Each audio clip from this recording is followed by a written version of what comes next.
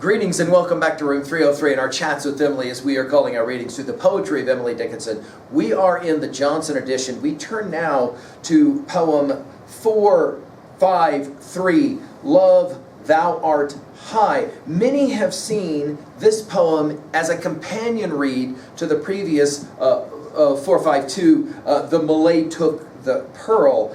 When this poem was published, it was published for the first time in the London Mercury of February 1929. In many ways, we're back to poem 446 as well. This is, many argue, another Sioux poem, as we have been calling them, as many scholars do. Our assumptions are that you've been following our stuff at LearnStrong.net. Down that left-hand side, Chats with Emily is our playlist. I'm hopeful that you've worked through our preceding set of introductory comments as well as all of the preceding 452 poems. As we said, we just finished with 452, The Malay Took the Pearl. Now, this is another poem, just like 452 was, about missing out or not getting the thing that you want. In many ways, it is an apostrophe to love, okay? And we'll see the word love or beloved or lover or some version of that in 126 of Emily's poems. So love was a word that for her ended up in a number of her poems. And in many ways, we're going to have Emily drawing on the idea of the veil. Now, this takes us back to her study in her reading of Homer's Iliad. We've given full lectures at LearnStrong.net there. You'll remember that at the end of the Iliad, when Hector falls to the wiles and the strength of Achilles, you'll remember that Hector's wife, Andromache, has this veil, right? And that the veil falls. And you remember we made quite a bit of the fact that that falling veil had all kinds of symbolism. Here, Emily's going to play around with the symbolism of the veiled, or the secret, or that which is not known.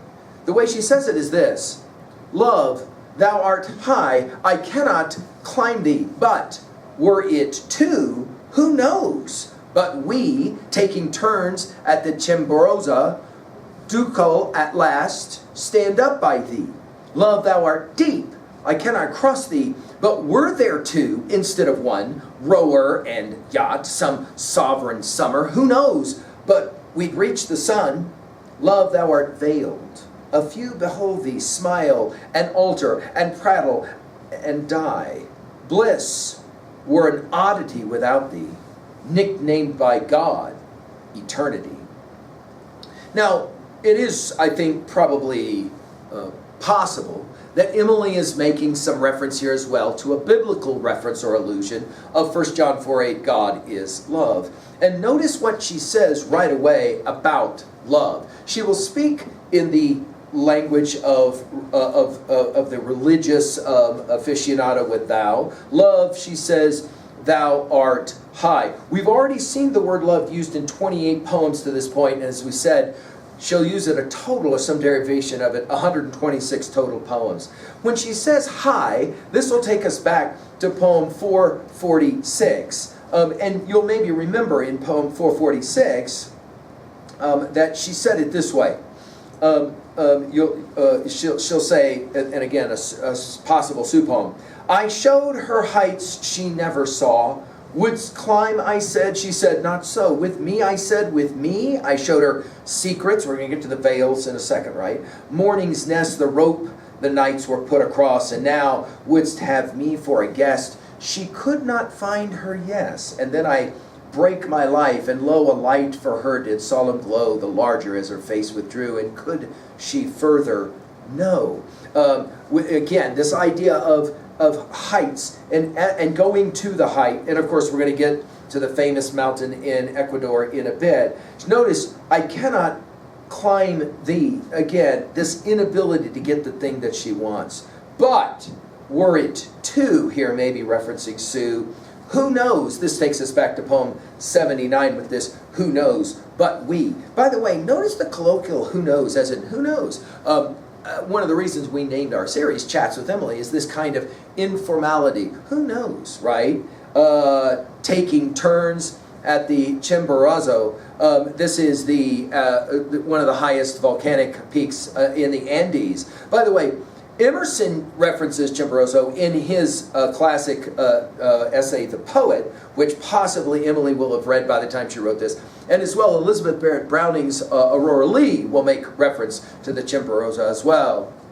Ducal, you'll remember from poem 312 and 368. We'll see it again over relating to the Duke in 1152. Ducal, at last, stand up by thee. In other words, she says, if I'm alone, I probably couldn't do it. But if I had another one, if there were two of us, maybe I could aspire to true love. That is to say, what's so high. Then from height, we go to depth. Again, Emily's brilliant at making these kind of, comparisons. Love, thou art deep. I cannot cross thee. Notice again that recognition. I can't get the thing I want. But were there two, again, we're back to the question of possibly Sue, instead of one. Notice rower and yacht. The word picture here, of course, is rowing a boat. Some sovereign summer. It's interesting her use of the word sovereign here. Who knows? We're back to it again. But we'd reached the sun. Notice the question mark there. The idea that the sun is going down on the horizon. And then finally, for the third, notice the tripartite nature of this poem. Love, thou art veiled. Again, maybe Emily's veiled or secret life here being referenced. A few behold thee, love. Smile and alter and prattle and die. It's interesting the use of the dashes here. The almost like breathless quality of this line. Bliss, and of course that may be the key word of the poem, right? Were an oddity without thee. In other words, the thing that makes life what it is, gives us any sense of bliss at all, is this idea of love. And then she says it, nicknamed by God, eternity. Again, the notion that God is love, the highest possible thing one can imagine, that is love, or that is God. What is the message here at 2a? What message is she making? I think her argument is that love is what matters most, even or in spite of the fact that sometimes we don't actually get to experience it. We are deprived. 2b, notice in terms of the way that she speaks directly to love in this apostrophe, and yet the way that we have to read beneath the line. What is she really talking about? Is she talking about Sue and her love for Sue? At 3a, well, obviously we mentioned 1 John 4:8, right? And God is love passage. You can't help but think of Hugo's Les Miserables, from whence shall come the shout of love, if not from the summit of sacrifice. This idea of, I'm sorry, I said Les Mis, I should have said Hunchback of Notre Dame. And finally at 3b, what was a time when, to speak of a poem like this, what was a time when you recognized the value of love, you just missed out on it? I hope that Emily is challenging you. Thank you.